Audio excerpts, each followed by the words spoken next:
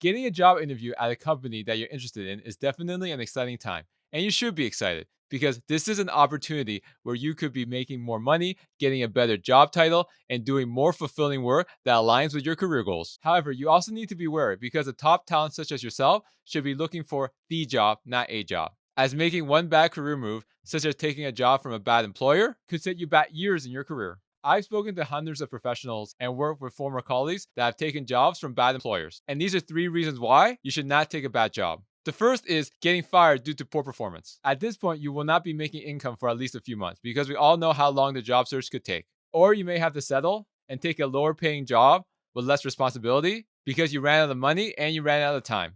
The second issue is that if you have realized that you've taken a bad job and you want out immediately, then you would have to start the job searching process all over again, which causes two issues on your resume. The first issue is that if you put your new job on your resume and begin applying, recruiters are going to question why you're looking to leave so soon, which could put your decision making into question. Because wanting to leave a job so soon shows a lack of commitment, a lack of research, and not sticking it through when the going gets tough. The second issue with your resume, if you decide to leave off your new job, is that now it appears that you're not working, which will lead to questions such as what happened at your last job. So first scenario, they're going to question why you're leaving so soon. And the second scenario, they either going to assume that you got laid off or you quit randomly.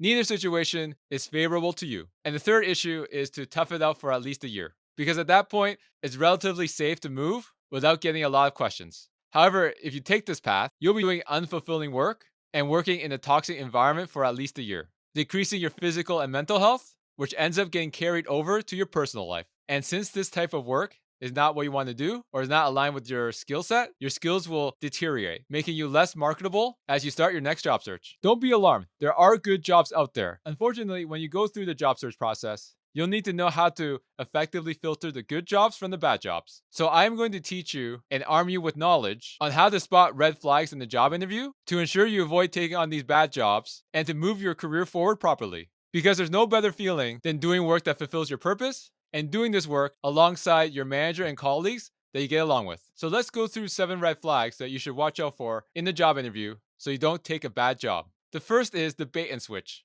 This is when you apply to a specific job, believing you know what the job entails based on what you read in the job description. But when you actually go to the interview, it doesn't sound like anything that you applied to. I've had this happen multiple times in my early career when I was looking for my first job out of college. I would apply to these marketing jobs, and when I go to these interviews, they end up just being sales jobs. Companies usually do the bait and switch when they know they won't get as many applicants if they highlight what the actual job is.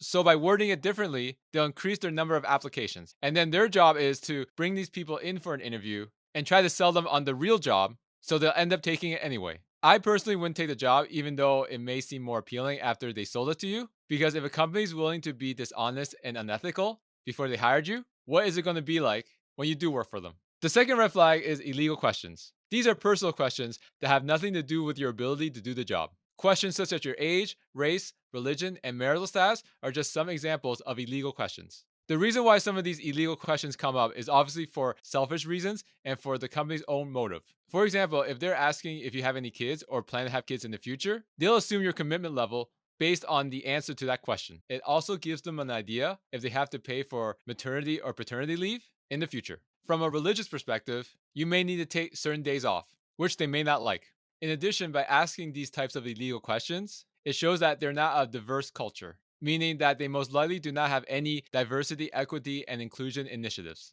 A lack of diversity in a company is definitely a red flag. The third red flag is disorganization and lack of preparedness. One example of disorganization is constantly rescheduling your interview. I always tell professionals the way they treat you in an interview is a good indicator of how they'll treat you as an employee. So if they're constantly rescheduling your interview, if you do decide to take their job offer and work for them, there's a good chance that priorities will always be shifted and meetings will get rescheduled. And nobody wants to work for that type of chaotic environment. Which leads me to my next red flag of long, drawn out interview processes. From working with hundreds of professionals with their interview process, the best companies to work for tend to have an interview process of about 3 rounds. The first round is the phone interview or pre screening for the recruiter. The second round is an interview with the hiring manager or the hiring manager and their team. And the third round is usually an interview with an executive or someone from the leadership team or the hiring manager's boss. When you start going to 4, 5, 6, or even 7 rounds in the interview process, it is a sign that the organization is slow and indecisive. You could be potentially doing a lot of meaningless work because they're constantly changing their strategy or your work will never see the light of day and get implemented because there's so many approvals that you have to go through. The fifth red flag is doing free work. Before I continue, there's a major difference between doing an assignment to assess your skills and doing free work. Doing an assignment to assess your skills is where they give you a case study or an assignment that has no value added to the company. It's strictly an exercise to evaluate your abilities. And how you can tell if it's an assignment to assess your skills is if the assignment has nothing to do with the company. For example, if the company you're interviewing with gives you a case study for an automotive company and they're a consumer packaged goods company, you can rest assured that this assignment has nothing to do with what they're doing as a company. However, if they give you an assignment such as create their marketing plan for the next year, then that's value added work that will benefit the company. You are basically being a consultant for them free of charge. Sneaky companies who do this usually have no intention in hiring the candidate, as this is their way to source free work to help them with their own initiatives. The next red flag is if the interview feels like an interrogation. A good company will ensure that you have a positive and pleasant interview experience, even if you don't get the job. So they will ensure that you feel welcome and to try to make it a conversation so you get to know each other. If the interview starts feeling like a pop quiz, where they are drilling you question after question and putting you on edge, this type of behavior and abuse will carry over when you become an employee.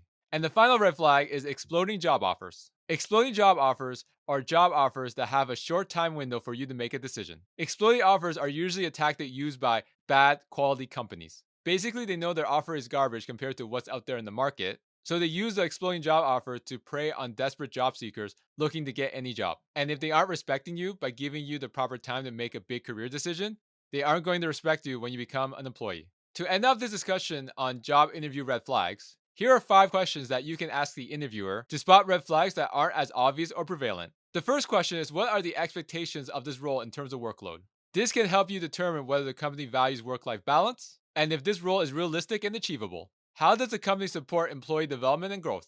This question can help you determine whether the company is invested in its own employees when it comes to making them successful. How do you typically onboard employees? This will give you a good indicator whether they have proper training for new employees or they're just going to throw you into the fire. Why is this position open? Is this a new position because of growth? Or is this position open because I will be replacing someone who has left? This can help gauge whether the company is growing or if the company, at least for this role, has a high turnover for it. You can also tell based on how the interview answers whether they are angry that the former person left or that they're actually happy for them. And the last question I recommend you asking to the hiring manager who's doing your interview is how long you have been at the company. If the hiring manager has been at the company for a while, then they'll know the ins and outs of the company processes, making your onboarding a lot smoother and easier. However, if the manager has recently started in their position, but they are also new to the company, then they may not be able to help you as much compared to someone that has been in the business for a while. If you're a job seeker who is currently unemployed, or you're currently working but in a toxic work environment, and you're looking for the fastest way to get out, you may become desperate and want to take any job that comes your way.